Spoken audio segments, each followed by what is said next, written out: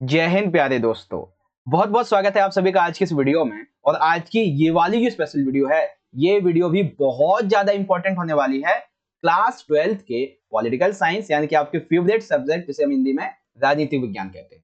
ठीक है, तो जैसा कि आप सभी को पता है कि कल यानी कि 20 मार्च 2023 को आपका पॉलिटिकल साइंस का सीबीएसई का जो बोर्ड का पेपर है ये होने वाला है। ठीक है, जिसकी प्रिपरेशन हमने ऑलरेडी आपकी बहुत अच्छे तरीके से करवाई हुई है, जिसमें आपको 4 इंपॉर्टेंट सैंपल पेपर, दोनों ही बुक के इंपॉर्टेंट क्वेश्चन आंसर और मैथ भी करवाई हुई है। ठीक है, तो इस वीडियो में बात करने वाले हैं कि हमने आपके लिए सैंपल पेपर नंबर 4 अपलोड किया हुआ है, उसके पार्ट नंबर 2 के बारे में। ठीक है, जिसमें आपको 6 नंबर के आपके जो 4 क्वेश्चन है वो हम समझाने वाले हैं और जो आपको 4 चॉइस मिल जाती है, यानी कि 6 नंबर के टोटल 8 क्वेश्चन को आपको समझाने वाले। ठीक है, तो वीडियो को पूरा देखना, हर एक क्वेश्चन का आंसर आपको बहुत अच्छे तरीके से हिंदी और इंग्लिश में समझा दिया जाएगा। ठीक है, तो let's start this special video. जिन बच्चों को पेपर का पैटर्न पता है बहुत बढ़िया बात है, जिन्हें नहीं पता बता देता हूँ। यहाँ पे सेट कोड वगैरह सीरीज और रोल नंबर इस तरीके का आपको एक पूरा का पूरा पैटर्न मिल जाएगा। एक मैप रहेगा पेपर में, टोटल क्वेश्चन 30 होंगे, 10.5 रीडर का पेपर होगा, 15 मिनट पढ़ने के लिए मिलेंगे। पेपर का कोड है 028, 3 घंटे की टाइमिंग है, 80 मार्क्स का पेपर आएगा। ठीक है, अब सामान्य देश की बात करें यानी कि पेपर का पैटर्न, तो टाइम वेस्ट नहीं करूंगा, सीधा बताऊंगा। सेक्शन ए में आपके 12 एमसीक्यू आएंगे, सेक्शन बी में आपके 2 नंबर के 6 क्वेश्चन आएंगे, सेक्शन सी में आपके 4 नंबर के 5 क्वेश्चन आएंगे, सेक्शन डी में passage based 4 MCQ, 4 MCQ cartoon वाले और मानचित्र आधारित आपका 4 नंबर का क्वेश्चन आएगा। ठीक है, और इन सभी को मैंने आपको इस पेपर के पार्ट नंबर 1 में समझाया हुआ है। वीडियो आई बटन में मिल जाएगी, डिस्क्रिप्शन बॉक्स में लिंक मिल जाएगा, वहां से देखिए। इस वीडियो में हम 6 नंबर वाले अपने इंपॉर्टेंट क्वेश्चन को करेंगे। 4 क्वेश्चन है, 27 से 30 आंतरिक विकल्प हर एक क्वेश्चन में दिया गया है। ओके, तो चलिए शुरुआत करते हैं। 2 मिनट हो चुके हैं already. Section A B C D already समझाया हुआ है, तो जाके आप देख लेना। ओके, वेल सेक्शन नंबर हमारा ए यहां से स्टार्ट हो जाता है, दीर्घ उत्तरीय प्रश्न, लॉन्ग आंसर टाइप क्वेश्चंस के बारे में। ठीक है, और वीडियो स्टार्ट करने से पहले कहीं मैं वीडियो के बीच में भूल ना जाऊं, तो आप सभी को मेरी तरफ से और मेरे पूरे के पूरी चैनल की टीम की तरफ से आप सभी को आपके पॉलिटिकल साइंस के सब्जेक्ट के लिए ऑल द बेस्ट। अच्छे से पेपर करके आना, बहुत बढ़िया आपकी तैयारी हमने ऑलरेडी करवाई हुई है और भी यहाँ पे हम थोड़े बहुत इंपॉर्टेंट क्वेश्चन को देखने वाले। ठीक है, तो let's start this. Okay, all the best सभी को। चलिए क्वेश्चन 27 से शुरुआत करेंगे। दिया गया है बच्चों कि हमें उन आर्थिक और सामाजिक कारणों का वर्णन करना है जिसकी वजह से आपातकाल लगाया गया। मतलब आपातकाल जो है लगाया गया था इंदिरा गांधी जी के द्वारा कब? 25-26 जून 1975 की मध्यरात्रि के टाइम पे। ठीक है, किस अनुच्छेद के तहत? अनुच्छेद 358 के तहत। क्या कहते हुए? आंतरिक गड़बड़ी के आधार पे। ठीक है, तो इंदिरा गांधी जी ने ये जो आपातकाल लगाया, इसके लिए आर्थिक स्थितियां क्या थी, सामाजिक स्थितियां क्या थी, वो हमें समझाना। ठीक है, तो आपको अनुच्छेद पता चल गया 358 था और किस आधार पे लगाया गया था? आंतरिक अशांति के आधार पे, आंतरिक गड़बड़ी के आधार पे। आर्थिक कारक क्या थे? आर्थिक कारक बहुत से थे भाई। क्या थे भाई? कि बांग्लादेशियों की ना घुसपैठ हो चुकी थी। ठीक है, तकरीबन जब 1971 का युद्ध हुआ था तो लगभग 80 लाख जो बांग्लादेशी थे वो भारत में आए और मेनली जो 7 सिस्टर्स के स्टेट्स हैं वहां पे जाके बस गए। तो जिसकी वजह से क्या हुआ कि भारत की इकोनॉमिकल जो कंडीशन थी वो बहुत ज्यादा खराब हुई। ठीक है, आर्थिक प्रतिबंध लग गया। क्यों भाई? क्योंकि 1971 का भारत पाक जो युद्ध हुआ था, इसकी वजह से अमेरिका ने भारत के साथ में व्यापार करने से मना कर दिया और आर्थिक सहायता देने से मना कर दिया। ठीक है, महंगाई बढ़ गई। कैसे भाई? क्योंकि अंतरराष्ट्रीय लेवल पर तेल के दाम जो थे इनमें वृद्धि होती चली गई, वृद्धि होती चली गई और 1973 में जो महंगाई 23% थी वो 1974 में अगले ही साल में 30% हो गया। यानी कि कोई अगर आपको वस्तु 23 रुपए की मिल रही थी, तो अगर हम करोड़ में देखें 23 करोड़, अगले ही साल में वो वस्तु आपको 30 करोड़ की मिलेगी। 23 अरब मिलियन डॉलर। आप देखो 30 अरब मिलियन डॉलर, कितना फर्क आ जाता है एक ही साल के अंदर। ठीक है, अकाल पड़ गया। क्यों भाई? क्योंकि 1972-73 में क्या हुआ था कि मानसून असफल हो गया। ठीक है, मानसून आया नहीं अच्छे से, सूखा पड़ गया। सूखा जब पड़ गया तो कृषि में पैदावार हुई नहीं, पैदावार नहीं हुई तो अकाल की स्थिति पड़ गई। अब अकाल की जब स्थिति हुई तो खाद्यान्न यानी कि भोजन कम पड़ गया, अनाज कम पड़ गए। तो इसकी वजह से भ्रष्टाचार बहुत तेजी से बढ़ चुका था, उत्पादन 8% कम हो चुका था, देशों से विदेश जो थे वहां से हमें अनाज का आयात करना पड़ गया था। ठीक है ना, तो ये वो मेन रीजंस हैं जिसकी वजह से इंदिरा गांधी जी को लगा कि स्थिति खराब हो रही है, आपातकाल लगा देते हैं। बस उन्होंने आपातकाल लगा दिया, सिंपल है। ठीक, सामाजिक कारण क्या थे? सामाजिक कारणों में 2 आ जाते हैं, 2 नहीं 3 भी आ जाएंगे आपके। मैं 2 बताऊंगा आपको। गुजरात आंदोलन आ जाएगा, एक तो बिहार आंदोलन आ जाएगा। ठीक है, बहुत बड़े बड़े हैं लेकिन छोटे में समझा रहा हूं आपको, ध्यान से समझिएगा। जनवरी 1974 में गुजरात के छात्रों ने क्या किया, जहां पे वो रहते थे तो उस कैंटीन के खाने में, पुस्तकों में और फीस, अन्य जो शिक्षण सामग्रियां थी, इनके दाम सरकारी संस्था के द्वारा बढ़ा दिए गए, ठीक है, और खुद स्कूल कंटेंट कॉलेजों के द्वारा बढ़ा दिए गए थे, ठीक है, जिससे छात्रों को बहुत ज्यादा दिक्कत हो रही थी। इवन सरकारी संस्थाओं में तथा नौकरियों में भ्रष्टाचार फैला हुआ था, आरक्षण फैला हुआ था। तो इस मामले में ये गुजरात आंदोलन छेड़ा गया, जिसका नेतृत्व किया था मोरारजी देसाई, ठीक है। बिहार आंदोलन हुआ 1974 में। देखो, गुजरात वाला जनवरी 1974 में हुआ, लेकिन बिहार वाला मार्च में हुआ, तो 2 महीने बाद, ठीक है। गुजरात आंदोलन से प्रभावित होकर एक जैसी मांगों को लेकर ही बिहार के छात्रों ने भी आंदोलन छेड़ दिया। जैसे गुजरात आंदोलन के बच्चों की जो मांग थी वो यही थी, और सेम इसी के आधार पे बिहार में भी छेड़ दिया। लेकिन बिहार का जो आंदोलन था, उसका नेतृत्व किया था जयप्रकाश नारायण ने, और इन्होंने ये कहा, ये आंदोलन केवल बिहार तक नहीं रहेगा, बल्कि ये राष्ट्रव्यापी होगा, ये पूरे राष्ट्र में फैलेगा और ये अहिंसात्मक रहेगा, ठीक है। संसदवाद की बात कर लेते हैं। तो मार्च 1975 में जेपी नारायण के नेतृत्व में सभी कांग्रेस की विपक्षी पार्टियां, जैसे कि भारतीय लोकदल, सोशलिस्ट पार्टी, ठीक है, ये सभी एकजुट हुई और यह रैली निकाली गई, एक बहुत बड़ी रैली निकाली गई, और यह कहा गया कि अगले ही दिन यानी कि 25 जून को हम एक बहुत बड़ी रैली भी निकालेंगे दिल्ली के रामलीला मैदान में। तो इंदिरा गांधी जी को लगा कि कल की रैली के बाद तो मेरी गद्दी जानी ही जानी, मेरा राज समाप्त होने जाना है। तो इसीलिए इंदिरा गांधी ने कॉल लगाया, उस समय के तत्कालीन जो राष्ट्रपति थे फखरुद्दीन अली अहमद, उनसे कहा, अच्छा मेरी गद्दी जाने वाली है, राज छिनने वाला है, एक काम कीजिए आपातकाल लगा दीजिए। अनुच्छेद 358 थे, आंतरिक गड़बड़ी हो रही है, बता देंगे बाद में, होगा देख लेंगे, आपातकाल लगा दो, बस आपातकाल लगा दिया, ठीक है। तो ये बेसिस का कॉन्सेप्ट है भाई आपके सामने। आई होप आप समझ गए अच्छे तरीके से। अब इसी को बात कर लेते हैं आपके अगले पॉइंट पे। तो ये यहाँ पे आप देख सकते हैं आर्थिक कारक, इसके ये आ जाते हैं। अब आता है हमारा अगला क्वेश्चन कि भाई आपातकाल के बाद की जो राजनीति थी 1977 में, जब 21 महीने के बाद में 21 मार्च 1977 को आपातकाल हट जाता है, तो राजनीति में क्या हुआ। राजनीति 1977 जनवरी में विपक्षी पार्टियों ने मिलकर जनता पार्टी का गठन कर लिया था, ठीक है। कांग्रेसी नेता जिनका नाम था बाबू जगजीवन राम, इन्होंने कांग्रेस फॉर डेमोक्रेसी का निर्माण किया था, दल का निर्माण किया था, आगे चल के ये इसी में शामिल हो गया था। तो जनता पार्टी ने आपातकाल में नागरिकों के साथ में जो ज्यादतियां हुई थी, जो अत्याचार हुए थे, उन्हीं को मुद्दा बनाया। और जब मुद्दा बनाया तो मेनली जब चुनाव हुए तो 1967 के चुनावों में जनता पार्टी की सरकार और सहयोगी दलों को 330 सीटें मिली, और वो कांग्रेस जो पिछले कई चुनावों से 4 से 5 आम चुनावों में जीतती आ रही थी, कांग्रेस प्रणाली स्थापित थी, उसे मात्र 154 सीटें मिली थी, ठीक है, यानी कि पूरी तरीके से हार चुकी थी। आपातकाल का प्रभाव उत्तर भारत में अधिक था, इसीलिए कांग्रेस को वहां पे कोई वोट नहीं मिला था। जनता पार्टी की सरकार बनी, मोरारजी देसाई प्रधानमंत्री बने, चौधरी चरण सिंह और बाबू जगजीवन राम ये 2 उप प्रधानमंत्री बन जाते हैं। जनता की पार्टी के पास में एक सही दिशा निर्देश नेतृत्व नहीं था, साजिकरण का अभाव था, क्या करना है क्या नहीं, इसका कोई सफल नहीं था। क्योंकि देखो, प्रधानमंत्री एक है और उप प्रधानमंत्री 2 है, तो ऐसे में सभी की बात सुननी पड़ेगी, तो नेतृत्व दिशा कार्यक्रम नहीं था, इसीलिए ये जल्दी गिर गई। 1980 के लोकसभा चुनाव हुए तो फाइनली दोबारा से कांग्रेस पार्टी ने 353 सीटें जीती और अपनी वापसी जनता राजनीति में दोबारा कायम, ठीक है ना, ये चीजें थी, ठीक है भाई। तो आपातकाल के बाद की राजनीति कुछ इस तरीके की रही थी। बात करेंगे इंग्लिश में, तो describe the economic and social reasons due to which emergency was imposed. तो इकोनॉमिक फैक्टर्स क्या हैं इमरजेंसी लगाने के, वो आप यहाँ पे देख सकते हैं। इन्फिल्ट्रेशन बहुत ज्यादा बढ़ गई थी बांग्लादेश से, इकोनॉमिक सैंक्शन लगा दिए गए थे, राइजिंग इन्फ्लेशन हो रहा था, साथ ही फेमिन बढ़ रहा था। सोशल केस क्या थे, गुजरात मूवमेंट 1974 का, Bihar movement 1974 March and January, and parliament march हुआ था इसके बारे में, ठीक, ये आप बता देंगे। एंड देन आपका जो अगला क्वेश्चन रहेगा, describe the politics after emergency. तो आफ्टर इमरजेंसी के पॉलिटिक्स कैसी रही थी, इस मामले में आप इन सभी क्वेश्चन को पढ़ सकते हैं और यहाँ से तैयारी कर सकते हैं, ओके। वेल आपको बढ़िया तरीके से ये वाले क्वेश्चन भी समझ में आ चुका होगा। आगे बढ़ेंगे, क्वेश्चन नंबर 28, बड़े ध्यान से समझिएगा। क्वेश्चन में है, दक्षिण एशियाई देशों की स्थिति का वर्णन कीजिए तथा इनके बीच में सहयोग दृष्टि से बनाए गए संगठन का उद्देश्य लिखिए। आगे चल के अभी आपके लिए मैं एक वीडियो ऐसी लाऊंगा बच्चों, जिसमें आपके 2 इंपॉर्टेंट सैंपल पेपर एक वीडियो में समझा दूंगा, 2 इंपॉर्टेंट सैंपल एक वीडियो में समझा दूंगा, ठीक है, उसमें भी और इंपॉर्टेंट क्वेश्चन समझाऊंगा। तो यहाँ पे देखिए, दक्षिण एशिया के देशों की स्थिति का वर्णन कीजिए, इनके बीच में सहयोग के दृष्टि से, सहयोग की दृश्य बनाए रखना संगठन उद्देश्य, ये सभी बताइएगा। मतलब दक्षिण एशिया देशों की स्थिति और सहयोग की दृष्टि से जो संगठन बनाया गया था सार्क दक्षेस, उसके उद्देश्य बताना।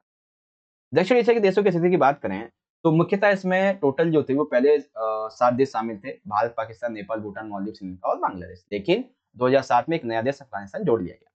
भारत और श्रीलंका जो थे अंग्रेजों से आजादी प्राप्त हुए थे, ठीक है। श्रीलंका 1948 में, भारत 1967 में। लेकिन हाँ, भारत में लोकतंत्र पूरी तरीके से रहा, लेकिन श्रीलंका में अभी जातीय संघर्ष जारी था। पाकिस्तान और बांग्लादेश की बात कर लेते तो यहाँ पे कभी भी लोकतांत्रिक शासन आ जाता है, कभी भी सैनिक शासन आ जाता है। नेपाल की बात कर लेंगे तो 2006 तक यहाँ पे संवैधानिक राजतंत्र था और 2008 में राजतंत्र को खत्म किया गया और एक लोकतांत्रिक गणराज्य के रूप में ये उभरा था। ठीक। भूटान की बात करेंगे तो 2008 में संवैधानिक राजतंत्र बन गया था और फिर यहाँ पे बहुदलीय लोकतंत्र के रूप में उभरा था, खत्म कर दिया गया था, ठीक है, किसको, राजतंत्र को।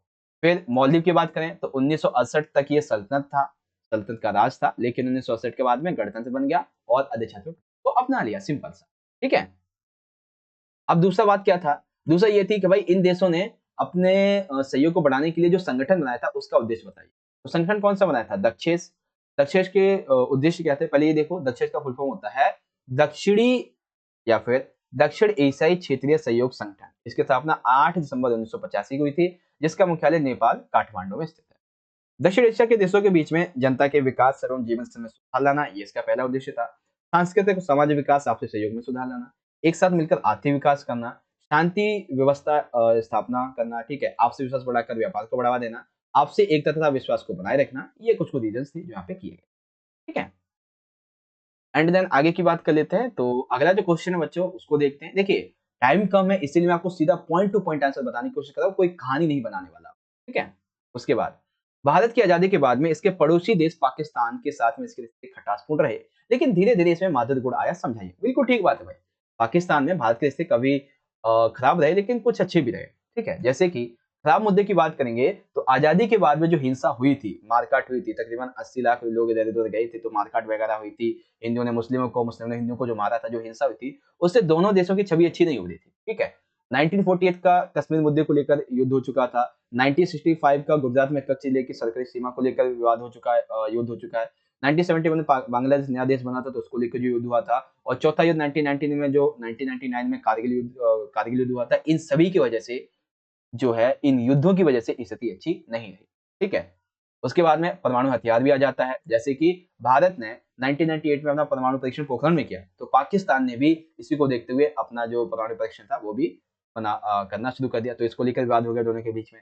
भारत तथा पाकिस्तान के बीच में सिंधु नदी जल बंटवारे को लेकर विवाद है। प्रत्यारोप की बात आ जाती है, पाकिस्तान भारत से ये कहता है कि भारत जो है ना, वो अपनी खुफिया एजेंसी के माध्यम से सिंध और बलूचिस्तान की जो पाकिस्तान की सीमा है उसको बढ़ावा दे रहा है। वहीं भारत ये कहता है, ना ना ना ना ना ना, हम ऐसा नहीं करते, बल्कि पाकिस्तानी आतंकवादी जो है सांप्रदायिक हिंसा भारत में कर रहे हैं, मेनली जो पाकिस्तान का इलाका है पंजाब और मेनली कश्मीर में, वहां पे ज्यादा हिंसा ये, ठीक है। तो ये बेसिक सा कॉन्सेप्ट है आपका इसके बारे में। तनाव के बाद में उभरे माधुर्य गुण, यानी कि मधुर संबंध। तो 1960 में जो सिंधु नदी बेसिकली विवाद था उसको सुलझा लिया गया, और भारत पाकिस्तान को लेकर जो विवाद था इसको खत्म किया गया, और एक सिंधु नदी जल संधि पर स्वाक्षर हुए। ताशकंद समझौता हुआ था 1965 के युद्ध के बाद में, ताकि कोई ऐसा युद्ध ना हो इस मामले में, तो वो सुलझा लिया था। 1971 के बाद में हुआ था 1972 में भारत पाकिस्तान समझौता, ठीक है, ताकि बांग्लादेश के संबंध में कोई और युद्ध ना हो। अब लाहौर बस सेवा 1999 में शुरू की गई थी, जिसमें अटल बिहारी वाजपेयी जी के नेतृत्व में शुरुआत की गई थी, ठीक है। और ये अगर बस सेवा आज भी रहती ना, तो हम बिना किसी पासपोर्ट वीजा के ऐसे जैसे नॉर्मल टिकट लेते हैं ना, वो सीधा पाकिस्तान में घूम सकते हैं। लेकिन अब तो पाकिस्तान में जाना मतलब बहुत खतरनाक हो गया इंडियंस के लिए, ठीक है ना। तो ये चीजें हैं। बाकी 2004 में एक सेकेंड 1999 में जब कारगिल युद्ध हुआ था, तो इस फ्री बस सेवा को टाल दिया गया था, खत्म कर दिया गया था। 2004 में साफ्टा पर हस्ताक्षर की गई ताकि अर्थव्यवस्था को मजबूत बनाया जा सके, व्यापार को बढ़ावा दिया जा सके। और क्रिकेट टीम का दौरा हुआ 2004 में, पहली बार गई थी, क्रिकेट श्रृंखला आयोजित हुई थी पाकिस्तान में भारतीय क्रिकेट टीम खेलने गई थी, लेकिन पहली बार और आखिरी बार अच्छा प्रदर्शन रही, उसके बाद कभी नहीं गई, ठीक है। तो ये मेनली रीजंस पूरे के पूरे पार्ट हैं इस मामले में कि कहाँ गया, भारत तथा पाकिस्तान के बीच में बात के क्या मुद्दे रहे थे, ठीक है। देखिए मैं कोशिश करूंगा कि जल्दी से जल्दी वीडियो बना दूं, ठीक है ना, आपका जो 2 वाला सैंपल पेपर है ना उसका वीडियो, ताकि आपको सबको समझ में आ जाए अच्छे तरीके से। ओके, तो आपको समझ में आ गया दक्षिण के बारे में सारी की सारी बातें। पहले दक्षिण एशियाई देशों की स्थिति कैसी है आपने ये समझ ली पूरी की पूरी। फिर जो दक्षिण है ये कब बना था, स्थापना कब हुई थी, काम, मुख्यालय, फुल फॉर्म क्या है और इसके उद्देश्य। फिर आपने देखा भारत पाकिस्तान के बीच में विवाद के क्या क्या मुद्दे हैं, एंड देन आपने देखा कि माधुरी कोड क्या है। अब इसको इंग्लिश में देखेंगे, describe the condition of the countries of South Asia and write the objectives of the organisation formed with a view to corporation. ठीक है, तो इस बारे में आप इन सभी पॉइंट को इजीली यहाँ से देख सकते हैं। मतलब ये तो क्वेश्चन है आपका, ये देखोगे location of south Asian countries क्या है, स्थिति कैसी है, उसके बारे में आप यहाँ से इन सभी पॉइंट को पढ़ेंगे। ठीक है, फिर यहाँ पे आपका जो है सार्क की बात आ जाएगी, तो ऑब्जेक्टिव्स आपके यहाँ से पढ़ लेंगे। फिर आपके पाकिस्तान की बात थी, तो इश्यू क्या है इंडिया पाकिस्तान के बीच में, डिस्प्यूट किस बात को लेके है, तो युद्ध, न्यूक्लियर जो वेपन है उसको लेके, एंड जो काउंटर एलिगेशंस लगाए जाते हैं उसके बारे में है। एंड देन कुछ अच्छी क्वालिटीज हैं उसके बारे में देखते हैं, तो इंडस रिवर वाटर ट्रीटी है 1960 की, ताशकंद एग्रीमेंट, शिमला एग्रीमेंट, ये आ जाते हैं। बस ये आपका यहाँ पे कंप्लीट हो जाता है, सिंपल है। ठीक है, आगे बात करेंगे क्वेश्चन नंबर 29 की। बढ़िया प्रश्न है, बड़े ध्यान से समझिए। दिया गया है 1990 के बाद भारतीय राजनीति में आए किन्हीं दो मुख्य बदलावों को संक्षेप में लिखिए। ठीक है, तो भारतीय राजनीति में बहुत से बदलाव आए थे 1990 के बाद। कौन कौन से थे? सबसे पहला बदलाव आया था बच्चों मंडल मुद्दे का। बेसिकली 1977 में जब जनता पार्टी सरकार बनती है, तो इसने 1978 में दूसरा पिछड़ा आयोग बनाया, क्योंकि इसके अध्यक्ष जो थे वो विंदेश्वरी प्रसाद मंडल थे, इसीलिए इस दूसरे पिछड़े आयोग को मंडल आयोग के नाम से जाना जाता है। ठीक है, मंडल आयोग की प्रमुख सिफारिशें ये थी कि भाई जो अन्य पिछड़ा वर्ग है, उनके ओबीसी जो है, इसे गवर्नमेंट जॉब्स में, सरकारी नौकरी में कम से कम 27% आरक्षण दिया जाए, और साथ ही जो लोग गरीब हैं और जिनके पास में भूमि ज्यादा है, ठीक है, भूमि को लेकर जो विवाद वगैरह है, तो इस मामले में भूमि सुधार जो है इनको लागू किया जाए। ठीक है भाई, मंडल आयोग की सिफारिशें जो थी उस समय के तत्कालीन श्री वीपी सिंह ने मान ली, ठीक है, और 1990 में इन्होंने लागू कर दिया। लेकिन जब मंडल आयोग की सिफारिशें लागू की श्री वीपी सिंह ने, तो इनका विरोध बहुत ज्यादा हुआ, लेकिन 1993 में पूरी तरीके से ये लागू हो चुकी थी। ठीक है, पहला मुद्दा। दूसरा मुद्दा है नई आर्थिक नीति का। नई आर्थिक नीति का मुद्दा इन द सेंस कि 1991 में श्री वीपी सिंह नरसिम्हा राव के नेतृत्व वाली सरकार ने इसे अपनाया था। ठीक है, बेसिकली उस समय के जो वित्त मंत्री थे डॉक्टर मनमोहन सिंह, उन्होंने इस नीति को अपनाया था। ठीक है, और उसके बाद से अभी तक ये जो नीति है वो लागू है, जिसके तहत वैश्वीकरण को हमने अपनाया। ठीक है, अपनी अर्थव्यवस्था को जिससे हमने संरक्षणवाद दिया हुआ था उसे खत्म किया। ठीक है, साथ ही हमने अर्थव्यवस्था का उदारीकरण भी किया है और निजीकरण दोनों किए, क्योंकि हमने मिश्रित अर्थव्यवस्था को अपनाया है। ठीक है, अयोध्या विवाद की बात आ जाती है भाई।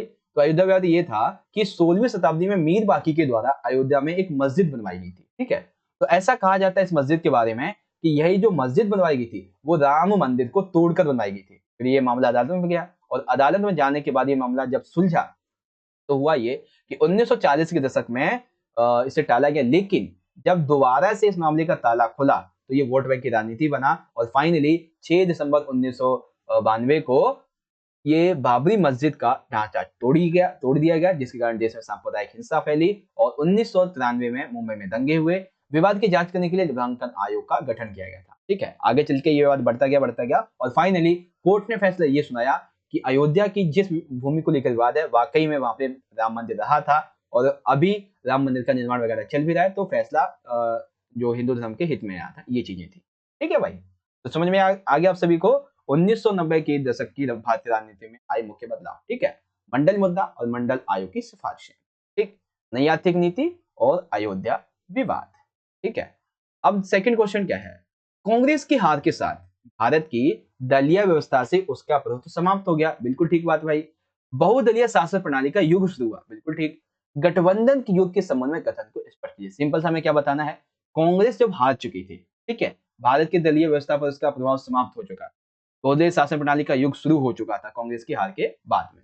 तो कांग्रेस की हार के बाद जो कांग्रेस प्रणाली खत्म हुई, गठबंधन का युग आया, ये हमें समझना है। आइए समझते हैं गठबंधन का युग। कांग्रेस की हार के साथ ही भारत की जो दलीय व्यवस्था थी उसका प्रभुत्व पूरी तरीके से समाप्त हो गया, और बहुदलीय शासन प्रणाली का युग शुरू हुआ था। अब केंद्र में गठबंधन सरकारों के निर्माण में क्षेत्रीय दलों का महत्व और तेजी से बढ़ता चला गया। किसकी वजह से? कांग्रेस की हार और कांग्रेस प्रणाली के खत्म होने के लिए। 1989 के बाद में जो चुनाव हुए थे 1989 के, उसके बाद में गठबंधन का युग शुरू हुआ था। इन 1989 के चुनावों में जनता दल और कुछ क्षेत्रीय दलों ने मिलकर राष्ट्रीय मोर्चा, जिसे राष्ट्रीय मोर्चा ने भाजपा और वाम मोर्चा के समर्थन से गठबंधन की सरकार बनाई। 1998-2004 तक भारतीय जनता पार्टी के नेतृत्व में जो राष्ट्रीय जनतांत्रिक गठबंधन था, ठीक है, इसकी सरकार रही, और इस दौरान अटल बिहारी वाजपेयी जी प्रधानमंत्री थे। उसके बाद में 2004 से 9 तक, 9 से 14 तक कांग्रेस के नेतृत्व में जो संयुक्त प्रगतिशील गठबंधन था, ठीक है ना, एनडीए पीडी जो आपने सुना था उसी बारे में है। तो 2 कार्यकाल लगातार इसने अपने पूरे किए, 2004 से 9, 9 से 14, ठीक है। इस दौरान 10 साल तक प्रधानमंत्री रहते डॉक्टर मनमोहन सिंह जी, ओके। और फाइनली 2014 में नरेंद्र मोदी जी के नेतृत्व में भारतीय जनता पार्टी ने इतिहास रचते हुए 30 साल में पहली बार बहुमत प्राप्त किया और पूर्ण रूप से जो गठबंधन की प्रतिबद्धता थी इसका सम्मान करते हुए राष्ट्रीय जनतांत्रिक गठबंधन की सरकार बनाई। और वर्तमान में भारतीय जनता पार्टी का कांग्रेस मुक्त 21 राज्यों में अभियान सफल है, यानी कि 21 राज्यों में कांग्रेस की सरकार बनी हुई है 28 में से, ठीक है। तो ये गठबंधन के युग की शुरुआत के बारे में कुछ पार्ट थे। आई होप आपको अच्छे तरीके से समझ में आ चुका होगा, ओके। तो ये हो गया हमारा यहाँ पे हाँ, ये जो मंडल मुद्दा वगैरह था, अयोध्या विवाद, नहीं आते ही नहीं थी, सब समझ में आ गया होगा, ठीक है। देखिए मेरी वॉइस थोड़ी कम लग रही होगी क्योंकि बहुत सारी वीडियोस मैंने आपके लिए ऑलरेडी बना दी है, ठीक है ना, तो एनर्जी काफी डाउन है, ठीक है। लेकिन फिर भी आपको समझाने की पूरी कोशिश रहेगी, आपको समझ में याद होगा, है ना। आप सभी बच्चे मुझे बताओ रियलिटी में कमेंट बॉक्स में, ठीक है ना। आप सभी बच्चे मुझे कमेंट बॉक्स में बताओ कि यस सर आप जो समझा रहे हो समझ में आ रहा है, अगर नहीं भी आ रहा है तो भी समझाओ। वैसे कोशिश तो यही कि समझ में आए अच्छे तरीके से, क्योंकि पेपर आपका आने वाला है तो बहुत ज्यादा डिफिकल्ट हो जाएगा अगर समझ में नहीं आएगा, ठीक है। आगे बात करते हैं। Briefly write any two major changes that have taken place in Indian politics after 1990, ठीक है। तो क्या क्या हुआ था, सबसे पहले मंडल इश्यू एंड उसकी जो मेजर रिकमेंडेशन थी उसको कैसे यहाँ पे लागू किया गया था इसके बारे में, ठीक है। एंड सेकंड क्या है कि new economic policy and then Ayodhya dispute इसके बाद, ठीक है। उसके बाद में अथवा में क्या है कि with the defeat of the Congress it's dominions over India's party system ended and the era of multi-party governance began. That is right. Explain the statement regarding the era of coalition. ठीक है, बिल्कुल ठीक है भाई। era of coalition जो था वो शुरुआत होता है किस तरीके से, एक छोटी सी भूमिका लिख दी, उसके बाद में जो हमारे इंपॉर्टेंट पॉइंट्स हैं उसके बारे में हमने यहाँ से लिख दिया सिंपल सा, ठीक है। ये रहा आपका कंप्लीट हो जाता है, ओके। आगे बात करते हैं। अगला दिया गया बच्चों यहाँ पे क्वेश्चन नंबर 30 में पूछा गया है, विगत विश्व के कुछ टाइम पीरियड के दौरान ही पर्यावरण आंदोलन की भरमार देखी गई, कथन के संदर्भ में स्पष्ट कीजिए। बिल्कुल ठीक बात भाई कि विगत कुछ वर्षों में विश्व में पर्यावरण आंदोलन बहुत ज्यादा देखे गए हैं, समझाइए कैसे। तो पूरे विश्व में पर्यावरणीय आंदोलन सबसे ज्यादा जीवंत आंदोलन माने जाते हैं, सबसे ज्यादा विविधतापूर्ण माने जाते हैं, सबसे ज्यादा ताकतवर आंदोलन माने जाते हैं, ठीक है। सबसे पहले वन आंदोलन की बात करेंगे। तो दक्षिणी देश जैसे कि मैक्सिको, चिले, ब्राजील, मलेशिया, इंडोनेशिया, महादेशीय अफ्रीका और भारत, इन सभी में वनों को बचाने के लिए, वनों की कटाई को रोकने के लिए, वनों को विकसित करने के लिए, वनों का संरक्षण करने के लिए आंदोलन चलाए जाते रहते हैं, ठीक है। खनिज आधारित उद्योग आंदोलन की बात करें तो खनिज बेसिकली उद्योग आंदोलन इसलिए चलाए जाते हैं क्योंकि खनिज में धरती के भीतर मौजूद जो संसाधन होते हैं उन्हें बाहर निकालना होता है, इसलिए बड़ी बड़ी कंपनियां क्या करती हैं, रसायन का बहुत मात्रा में उपयोग करते हैं, जिसकी वजह से जहां से खनिज निकाल लेते हैं उसके आसपास के कई किलोमीटर का जो दायरा है वो भूमि और जलमार्ग प्रदूषित हो जाते हैं, खराब होता है, ठीक है। साथ ही स्थानीय वनस्पतियां खराब हो जाती हैं, इसी कारण वहां के जन समुदाय लोगों को विस्थापित होना पड़ता है, ठीक है। अब जब इन्हें विस्थापित होना पड़ा तो ये आंदोलन तो करेंगे ही, तो इसीलिए उदाहरण यहाँ पे लिया है फिलीपींस का, कि फिलीपींस में कई समूहों और संगठनों ने क्या किया था, वहां पे ना एक ऑस्ट्रेलियन कंपनी थी जिसका नाम था वेस्टर्न माइनिंग कॉर्पोरेशन, तो इसके खिलाफ एक अभियान चलाया गया जिसका कारण परमाणु शक्ति से संबंधित रहा, ठीक है। इसीलिए क्योंकि ये जो फिलीपींस के लोग थे इनका कहना था ये ऑस्ट्रेलिया कंपनी जो है वेस्टर्न माइनिंग कॉर्पोरेशन, ये यहाँ पर परमाणु शक्ति का गलत उपयोग करने वाली, ठीक है। बड़े बांधों के खिलाफ आंदोलन चलाया गया, क्यों भाई, क्योंकि नदियों तथा घाटियों को बचाने की बात कही जाती थी। विश्व का सबसे पहला बांध विरोधी आंदोलन दक्षिण गोलार्ध के 1980 के दशक में चला था, और एग्जाम्पल की बात कर लेते हैं तो ये चला था फ्रैंकलिन नदी पर, ठीक है, ऑस्ट्रेलिया की फ्रैंकलिन नदी पर, किस लिए, इसके आसपास के जो पर्वतीय वन थे ना इसको बचाने के लिए, ओके। एंड भारत में भी बांध विरोधी आंदोलन चलाए गए, नदी तैसी आंदोलन चलाए गए जैसे नर्मदा बचाओ आंदोलन, ये सारी चीजें, ठीक है भाई। तो आपको ये कंप्लीट समझ में आ गया अच्छे तरीके से कि कौन कौन से आंदोलन चलाए गए हैं। वन आंदोलन है, खनिज उद्योग आंदोलन है, ठीक है, बड़े बांधों के खिलाफ आंदोलन, बिग डैम्स मूवमेंट्स, ओके। अथवा में क्या दिया हुआ बच्चों, पृथ्वी सम्मेलन का वर्णन करना है, ठीक है। तो पृथ्वी सम्मेलन के वर्णन के बारे में आइए देखते हैं क्या क्या दिया गया है। पृथ्वी सम्मेलन ये रहा, देखो पर्यावरण सम्मेलनों में अगर हम बात करें कोई सबसे बड़ा जो सम्मेलन हुआ तो वो सबसे बड़ा था 1992 में ब्राजील के शहर रियो डी जेनेरियो में हुआ पृथ्वी सम्मेलन, इसीलिए इसको रियो सम्मेलन भी बोला जाता है, ठीक है। इस सम्मेलन में तकरीबन पूरे वर्ल्ड के 170 देश, हजारों स्वयंसेवी संगठन और बड़ी बड़ी बहुराष्ट्रीय निगम, बड़ी बड़ी कंपनियों ने भाग लिया था। ठीक है, हुआ ये था कि इस सम्मेलन से 5 साल पहले ना एक रिपोर्ट छापी गई थी, बटलर रिपोर्ट, शीर्षक था कॉमन फ्यूचर।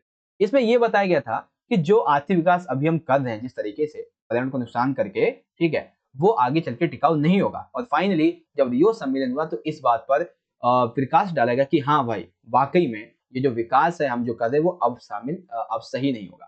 ठीक है, तो इसीलिए उत्तरी और दक्षिणी गोलार्ध की स्पर्धा सामने आई और साथ ही साथ पर्यावरण को लेकर अजीब परंतु अलग अलग जिम्मेदारियों का सिद्धांत यहाँ पे स्वीकारा गया, जिसमें यह कहा गया कि जो बड़े बड़े विकसित देश हैं वो क्या करेंगे, अपने अनुसार, ठीक है, अपने अनुसार पर्यावरण प्रबंधन को बढ़ाएंगे और गैस उत्सर्जन में कमी करेंगे। ठीक है, लेकिन इस मामले में जो विकासशील देश हैं और विकसित हैं उनको थोड़ी छूट दे दी गई थी। ठीक है, ओके। उसके बाद में इसमें एजेंडा 21 समझाया गया, जिसमें ये कहा गया भाई कि विकास के जो तौर तरीके हैं वो हमें ऐसे रखने चाहिए टिकाऊ विकास के आधार पे कि विकास भी करते जाएं और पर्यावरण को नुकसान ही ना पहुंचे।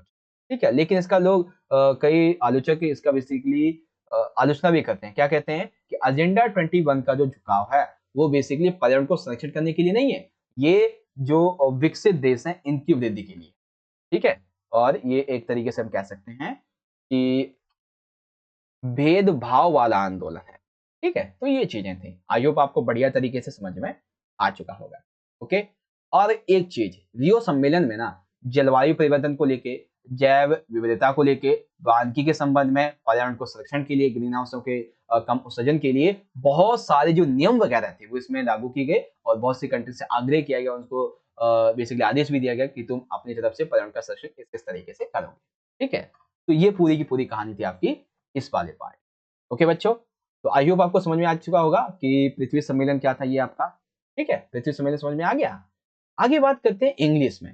That is the world has seen a wave environmental movement during the last few years, explain in the context of the statement. ठीक है, तो सबसे पहले फॉरेस्ट मूवमेंट चलाए गए थे, मिनरल इंडस्ट्री मूवमेंट चलाया गया था सेकंड, उसके बाद में मूवमेंट्स अगेंस्ट बिग डैम्स ये चलाया गया था।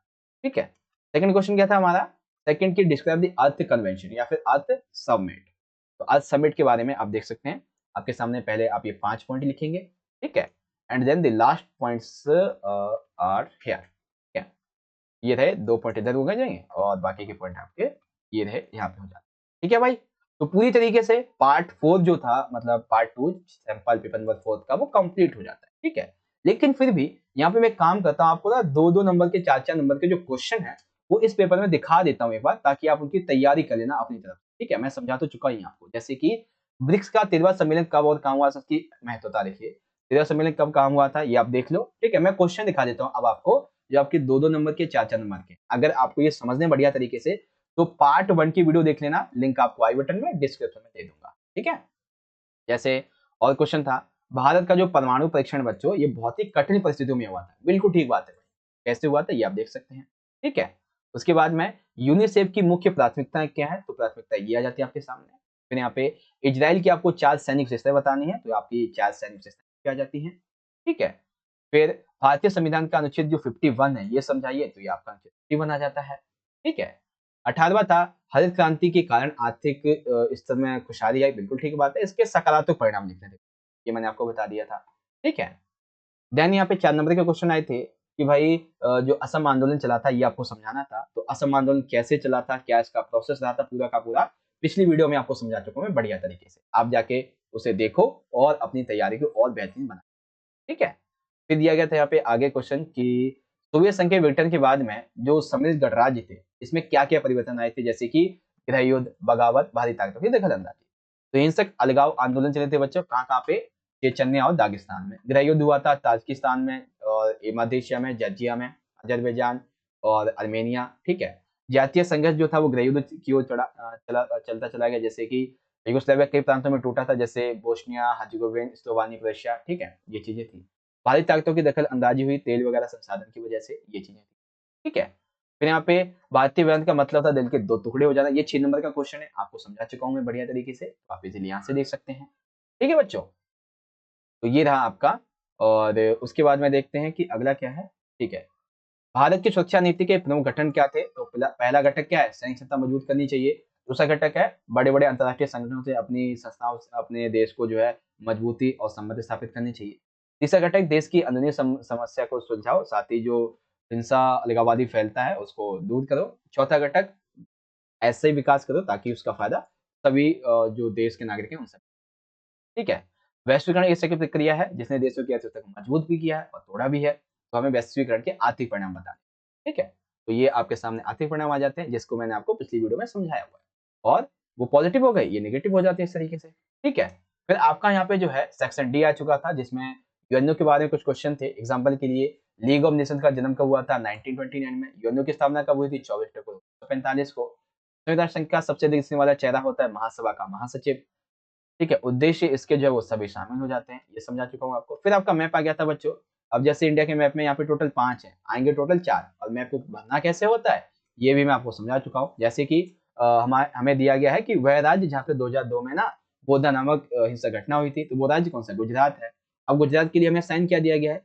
गुजरात के लिए साइन दिया गया हमें बी, तो हम कैसे भरेंगे? हम भरेंगे संबंधित अक्षर बी और राज्य का नाम बी, राज्य का नाम भर देंगे इसी तरीके से।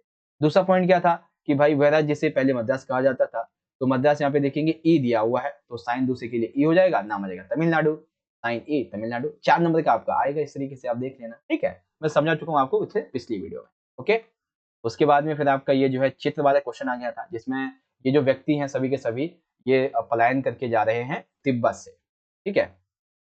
1959 में जो प्रधानमंत्री चाउ एन लाई थे और तिब्बत के जो धार्मिक दलाई लामा थे, जब भारत के दौरे पे निकले दोनों, तो इन्होंने अपनी परेशानी बताई थी जवाहरलाल नेहरू जी। दलाई लामा ने भारत में शरण मांगी थी 1959 में और भारत चाइना के बीच सीमा विवाद है जम्मू कश्मीर के लद्दाख को लेके, अक्साई चीन और अरुणाचल प्रदेश नेफा को लेके, सभी के सभी यहाँ, ठीक है ना? तो देखो बढ़िया तरीके से मैंने आपको आपका सेक्शन ए भी समझा दिया है और बाकी के जो आपके क्वेश्चन थे वो मैंने आपको दिखा दिए अच्छे तरीके, ओके? तो आई होप जो भी क्वेश्चन मैंने अभी तक आपको यहाँ पे समझाया वो समझ में आ चुका होगा। तो बच्चों अगर अभी तक की आपको ये वीडियो अच्छी लगी हो, आपको आपका पेपर बहुत अच्छे तरीके से समझ में आ चुका हो, तो ज्यादा से ज्यादा आप इस वीडियो को लाइक कीजिए, ठीक है? लाइक करेंगे तो मोटिवेशन बढ़ेगा, ज्यादा से लाइक कर दीजिए और साथ ही इस वीडियो को अपने सभी दोस्तों के साथ में शेयर कर दीजिए। और हाँ, आप सभी को मेरी तरफ से, हमारे चैनल की पूरी टीम की तरफ से आप सभी को आपके कल के पेपर के लिए ऑल द बेस्ट। अच्छे से एग्जाम करके आना, तैयारी अच्छी हो चुकी है आपकी। अभी एक आधे वीडियो हो सकेगा तो मैं आपके लिए और भी ले आऊंगा, ठीक है? ताकि आप प्रिपरेशन और अच्छी करें, ठीक है? मिलते हैं नेक्स्ट वीडियो में। आप सभी का इस वीडियो को देखने का बहुत बहुत धन्यवाद। जय हिंद, वंदे मातरम।